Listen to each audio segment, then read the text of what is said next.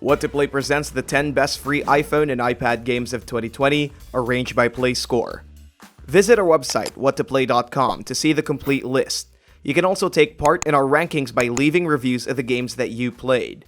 Link in the description box below. Starting off at number 10 is Otherworld Legends. A beat-em-up roguelike game in iOS is not a rare thing, but this project from Chili Room has something different for the mobile genre. For a free game, it does so well with introducing a never-ending cycle of punching out paranormal entities using a variety of kung fu moves. It's pretty straightforward for a roguelike title. Each run offers procedurally generated levels and items that grant insane levels of replayability. Over 100 items can be used to survive this RNG hell. Luck may be as important as reflexes here, but learning enemy patterns and understanding the game's mechanics is pretty satisfying as always. GameZebo scored a 4.5, citing, "There are better action slashers out there, but this one fits really pretty well into pocket-sized gaming sessions." It may not be as friendly compared to most casual mobile games, but it does offer a ton of endless fun on a portable platform. It has a play score of 8.47. Shelling out the number 9 spot is War Tortoise 2. It's literally a game about these shelled reptilians. Fans of World of Tanks or War Thunder will definitely find something special here. While it shares the common theme of maneuvering a massive metallic monster, they are far from similar. The main objective in War Tortoise 2 is simply to become the most powerful war machine in the land. Yes, it's as simple as its gameplay. Shooting enemies and taking resources for upgrades is the gameplay loop here. It's a grinding experience and expect investing hours and hours just to get that optimal build. 148 Apps gave it a 3 out of 5, saying, "It's the kind of game that fits the bill for someone who just wants something they can check in on while binging Netflix." Even though it's a free title, it isn't always friendly when it comes to intrusive ads and microtransactions.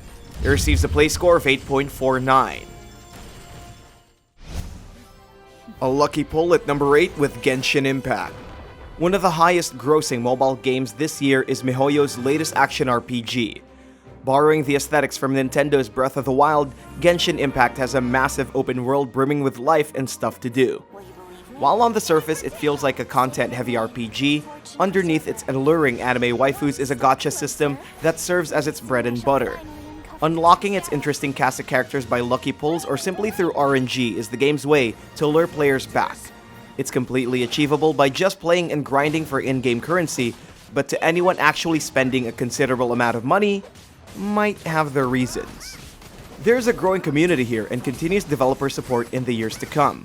New characters and content are dropped regularly, so expect more Genshin Impact next year. A play score of 8.49. At number 7 is Knighthood. The developers behind the successful Candy Crush series enter medieval territory in this unlikely role-playing game. Chivalry is dead, and Knighthood is all about bringing down the monsters that plague the land. King has been moving forward from their signature brand of match 3 puzzle making and venturing into more complex gameplay mechanics with a touch of their signature art, of course. Stepping into the shoes of a rage knight is no easy task. Battling magical creatures and obtaining powerful gear is the first step to clear this corrupted land from evil. King has always been known for their addicting gameplay, and Knighthood is no stranger to that. There's always a reason to come back, and becoming even more powerful is just the beginning. There's a myriad of activities in its vibrant 3D world, and it receives a play score of 8.56. 6th place belongs to Kickflight. A surprisingly unique mobile game, and it's absolutely free. Boost those thrusters and go at Mach speed with a team of 4 in this 3D aerial action game from Grenge. The goal in Kickflight isn't just aerial supremacy, but collecting enough crystals until the timer runs out. It's pretty competitive and it encourages teamwork since the opposing side is just as aggressive. It gained attention due to its easy-to-learn, difficult-to-master mechanics. In addition to that, its anime aesthetic works well with the game's cyber-futuristic theme. Heck, even Kanaboom, famed artist behind Naruto's opening theme, has a music video for it. It has a ton of potential and it might become big in the near future. We can't wait to see what's in store for this one. It receives a play score of 8.60. Slicing into the number 5 spot is Fruit Ninja 2. Who would have thought that a simple fruit slicing mobile game would get a sequel? Half-Brick Studios' beloved and addicting action arcade game returns, and they're bringing more than just slicing and dicing edible harvests. This latest installment promises more content compared to the original. The addition of an online multiplayer is a great start, creating a new purpose for its varied customization options. GameZebo gave the game a 4.5. They iterated that it doesn't reinvent the apple slicing wheel, but what did you expect? It does everything you want it to do and a little bit more. It's a free game that doesn't run out of juice, no matter the occasion. It receives a play score of 8.62. Tapping into number 4 is Magic: Monostrike. While most franchises are busy moving into the CCG scene, the popular card game, Magic, is moving into real-time battles. The beautifully realized fantasy universe comes fully alive in this new strategy. For fans of Supercell's Clash Royale, this format may feel familiar. Two players fighting for Dominion using the card-based units in their hand. The casual gameplay is still there, but with Magic the Gathering backing their card gameplay, Monostrike's system has a more palpable depth that gives it an edge over the competition. These are all noted in GameZebo's review, where they continue saying that it does a good job of bridging the gap between the two communities. Magic's most accessible spin-off this year has certainly made its mark with iOS players, as it receives a play score of 8.63. Climbing to third place is Grand Mountain Adventure. With the way things have been going, everybody needs a vacation. Thankfully, you can get a feel of that in this adventure from Topluva Studios. Here, there's a vast mountain of snowscapes to discover and over 100 challenges and trials.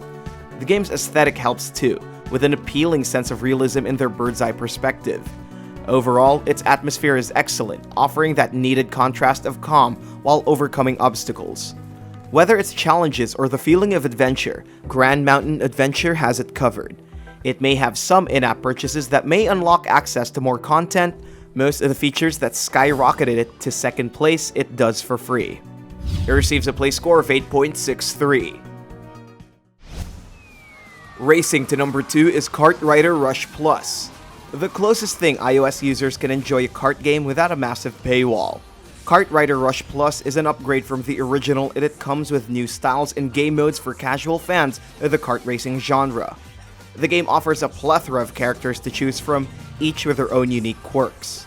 The fun starts when competing with other players in ranked mode or taking a quick breather in its arcade mode. Climbing the ranks is no easy feat, especially with its broken matchmaking, but it's best to do it with style. Customization options pull players back into the game, offering a variety of new content each update. It's a brilliant, engaging, bright, and entertaining racer that fulfills the grin requirement of the kart genre with aplomb, said GameZebo, and gave it a perfect score of a 5 out of 5. It may not be the best mobile game out there, but as a free title, it offers enough hours of non-stop fun for casual iOS users. A play score of 8.67. And the best free iOS game of 2020 is none other than Legends of Runeterra.